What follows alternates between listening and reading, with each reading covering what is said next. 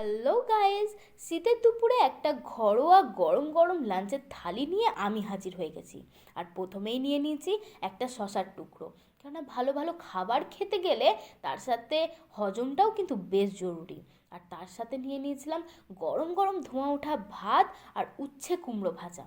জানি তোমরা হয়তো শুনে অনেকেই নাক সিটকোবে, কিন্তু এই মিষ্টিতে তো কম্বিনেশনটা না আমার সেই লাগে। তার সাথে ছিল মাছ ভাজা, আর তারপরেই ছিল টমেটো, বেগুন, আলু, ধনেপাতা দিয়ে মাছের একটা পাতলা ঝোল।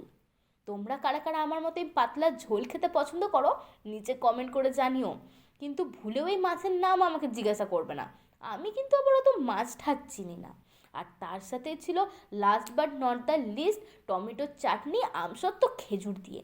আজকে লাঞ্চ তো জমে ক্ষীর, আমার দেখেই এত ভালো লেগে গেছে যে কি বলবো। তাহলে আজকে আমি এখন লাঞ্চটা শুরু করি। আর তোমাদের ভিডিও কেমন লাগলো নিচে কমেন্ট করে জানাতে ভুলবে না। আর ভালো লাগলে লাইক আর শেয়ার অবশ্যই করে দিও।